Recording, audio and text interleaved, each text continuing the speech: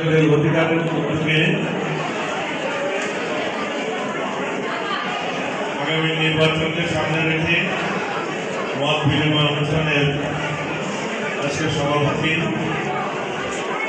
উপস্থিত, নাগরিক অধিকারের নেতৃবৃন্দ উপস্থিত, এলাকার মন্ত্রী ভাই ও বোনেরা, আসসালামু আলাইকুম।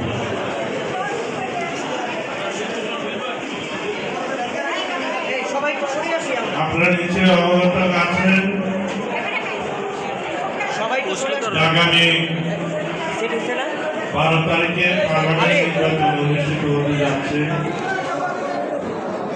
সেই নির্বাচনে আমার দল, আমার নেত্রী খালেদা জিয়া, আমাদের পার্টির চেয়ারম্যান তারেক রহমান আমাকে প্রার্থী দিয়েছে। 18 সালেও আমাকে প্রার্থী দিয়েছিলেন। সেই দুর্যোগ মুহূর্ত ভোটারের নির্বাচনে আমি 2 ঘন্টার মধ্যে আলাদা ভোট পেয়েছিলাম।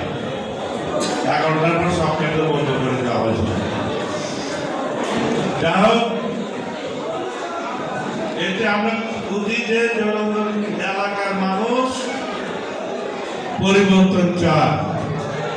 স্বাধীনতার পর যত সংসদ সদস্য হয়েছে, এই ঢাকা 5 আসনের মানুষের চাহিদা পূরণ করতে কেউ পারে না।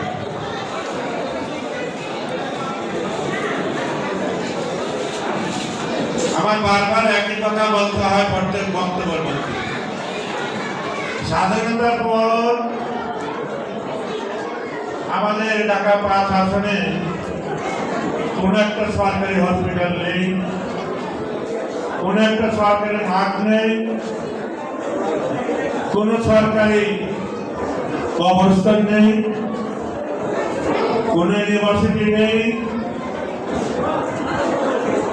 কোন শিশু পার্ক নেই, এমনকি সরকারি কোন প্রাথমিক চিকিৎসা কেন্দ্র নেই। অথচ আমাদের 5 আসন থেকে 6 আসন থেকে সেই 20 আসন পর্যন্ত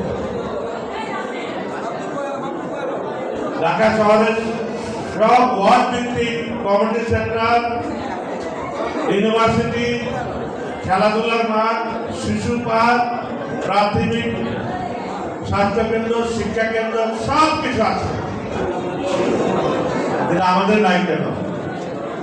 1 বছর পার হয়ে গেল, ঢাকা